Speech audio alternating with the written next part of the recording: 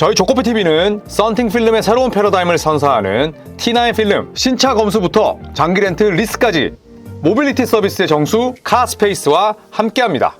네, 반갑습니다 여러분. 조코TV의 조현일입니다. 자, 요새 브래들리 빌 또 피닉스 선즈, LA 클리퍼스 소식을 또 많이 말씀을 드릴 수밖에 없는데, 보도에 따르면 브래들리 빌이 LA 클리퍼스로 가는 분위기입니다. 아직까지 공식 발표는 되지 않았지만 여러 유력 매체들이 브래들리 빌의 다음 행선지는 클리퍼스로 결정이 됐다라고 보도를 하고 있습니다. 자, 그래서 브래들리 빌이 이 LA 클리퍼스와 계약을 맺는다는 가정 아래 다음 시즌에 대한 전망, 그리고 또 브래들리 빌의 현재 상황에 대해서 정리를 해보도록 하겠습니다. 자, 여러 소식통에 따르면 바이아웃된 브래들리 빌이 다음 행선지로 LA 클리퍼스를 확정했다는 소식입니다.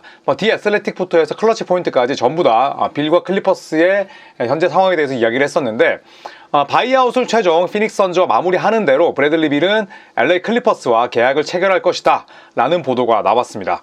그 이후에 노먼 파웰의 트레이드도 있었죠. 네, 파웰이 결국 마이애미로 떠나게 됐고요. 대신에 존 콜린스를 영입을 했고 2번을 내보내면서 4번을 데려왔고요.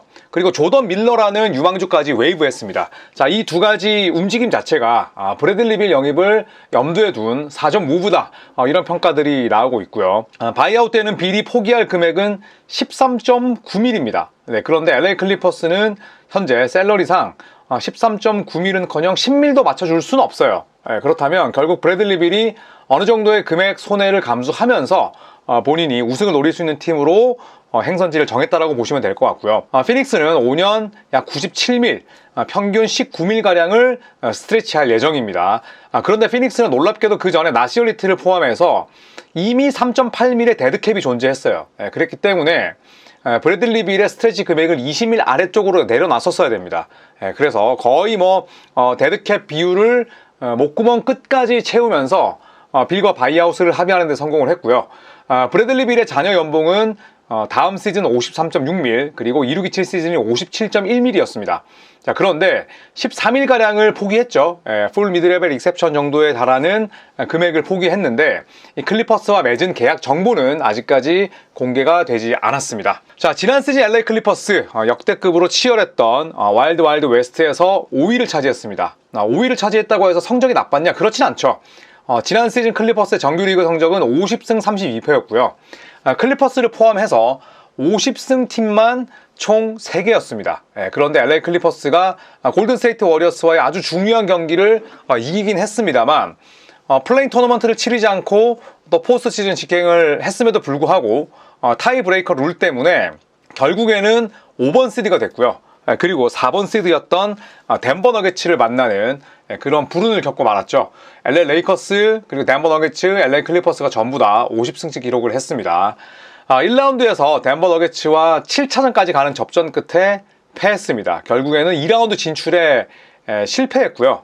그렇다면 결국 LA 클리퍼스의 시즌은 실패였다라고 봐야죠. 카와이 레너드, 제임스 하든을 데리고 결국 한 시즌을 운용하는데 1라운드 탈락이라면 절반의 성공도 아닙니다. 그냥 실패한 시즌이었어요. 자, 지난 시즌에 이 LA 클리퍼스는 리그 상위권에 빛나는 수비력에 비해서 공격력이 다소 아쉬웠습니다. 공격 레이팅이 115.1, 전체 14위였고요. 수비 레이팅이 110.3, 전체 3위였으니 수비 지향적인 팀이었다라고 볼 수가 있겠죠. 자, 오랜 시간 해설자로 활약을 했었던 이 제프 벤 건디가 코치로 부임했습니다. 이후에 완전히 수비력이 더 업그레이드가 됐고요. 다만 공격은 레너드와 하든의 존재에도 불구하고 평범한 편이었습니다.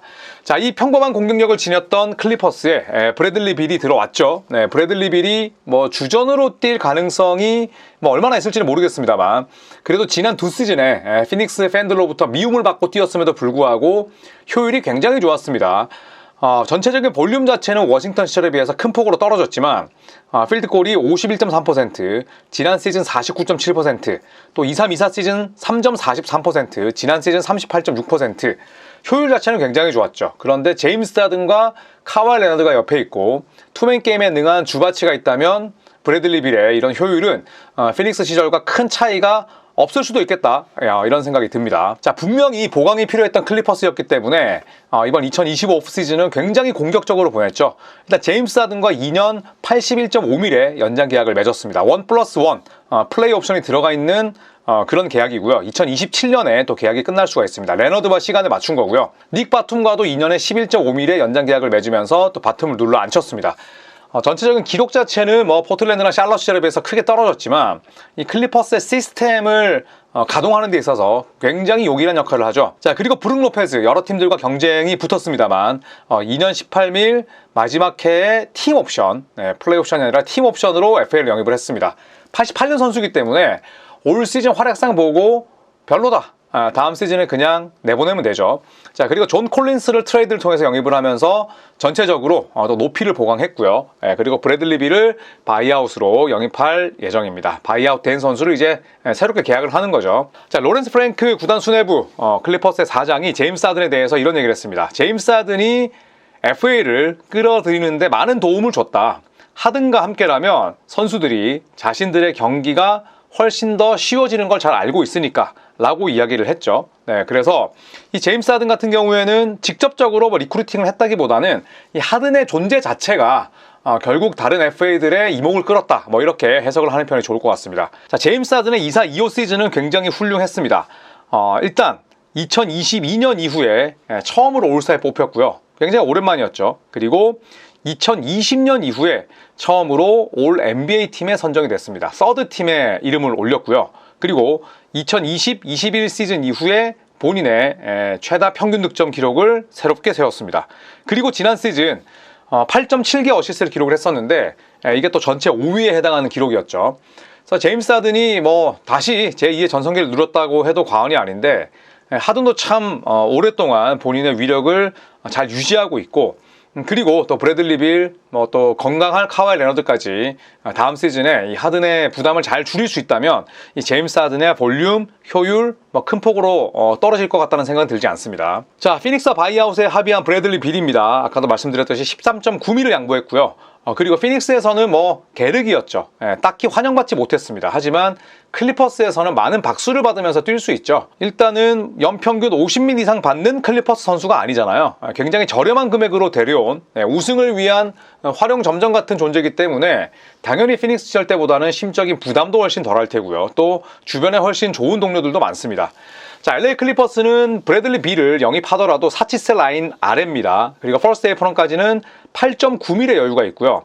난텍스 플레이어 MLE가 5.3밀짜리를 쓸 수 있고 베테랑 미니멈은 3.6밀을 사용할 수 있습니다. 자, 그리고 아까도 말씀드렸듯이 대부분의 선수의 계약이 26-27 시즌에 끝이 나요. 그래서 2년 동안 달릴 수 있는, 또 2년 뒤에 해체할 수 있는 그런 라인업을 유지했습니다. 자, 빌의 연봉 두 가지 시나리오가 있죠. 일단은 NTP MLE, 난텍스 플레이어 MLE가 5.3mm 있는데 이걸 브래들리 빌에게 다 쓸 수도 있고요. 그리고 베테랑 미니멈이 3.6밀짜리, 브래들리 빌이 만약에 3.6밀짜리에 합의를 한다면 거의 10밀 이상을 양보하면서 들어오게 되는 셈이죠. 자, 이런 LA 클리퍼스, 당연히 26-27 시즌 하든과 레너드가 한 살이 더 먹고 브래들리 빌도 93이니까 30살이 넘었잖아요. 그러니까 30대 노장들이 한 살을 더 먹는 26-27 시즌보다는 당연히 한 살이라도 젊은 25-26 시즌이 우승 적기라고 봐야죠.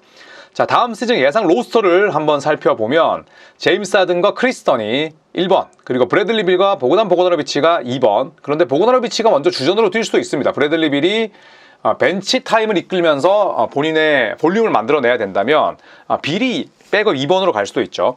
그리고 3번은 레너드와 데릭 존스 주니어, 그리고 둘 다 모두 수비를 잘하는 선수고, 4번은 뉴페이스인 존 콜린스와 닉 바툼. 자, 물론 데릭 존스 주니어가 3번으로 갈 수 있고 레너드가 4번으로 뛸 수도 있지만 로렌스 프랭크 사장이 존 콜린스를 영입한 이후에 레너드를 다시 3번으로 기용할 수 있다라는 어느 정도 힌트를 줬습니다.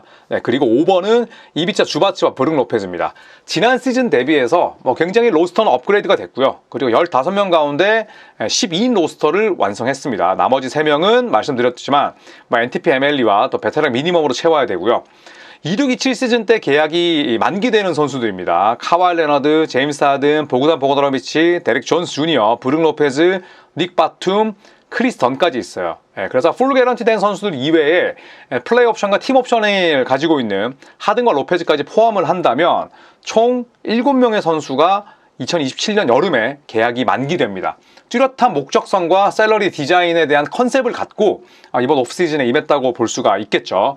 자, 그래서 2027년 여름에 셀러리 재설정을 통해서 대형 FA를 노리고 이 멤버들로는 이제 우승을 마무리하겠다. 이 멤버로 우승 대권에 도전하는 건 딱 2년이다라고 선포한 것이나 다름없고, 결국에는 레너드와 제임스 하든에게도 아직까지는 에너지가 남아있고, 또 브래들리 빌이 93년생 베테랑이긴 하지만 본격적으로 엄청나게 노쇠한 선수는 아니거든요. 물론 클리퍼스가 전체적으로 에너지나 운동 능력이 떨어지는 라인업이긴 합니다만, 그래도 지난 시즌보다는 훨씬 더 좋은 또 짜임새 있는 그런 라인업을 구축했다라고 생각을 합니다. 자, 브래들리 빌의 LA 클리퍼스행은 공식적으로 발표는 나지 않았지만 모든 시선이 브래들리 빌의 클리퍼스행을 가리키고 있습니다. 자, 그렇다면 클리퍼스도 이제 어느 정도 다음 시즌을 위한 로스터를 구축한 셈이 되는데, 여러분께서는 브래들리 빌까지 품은 클리퍼스가 우승을 할 수 있을지, 아니면 그냥 빛 좋은 개살구가 될지 여러분의 의견도 남겨주시면 또 재밌게 또 읽도록 하겠습니다. 자, 이상 브래들리 빌과 클리퍼스의 계약 소식 전해드렸고요. 저는 또 다른 영상으로 돌아오겠습니다. 고맙습니다.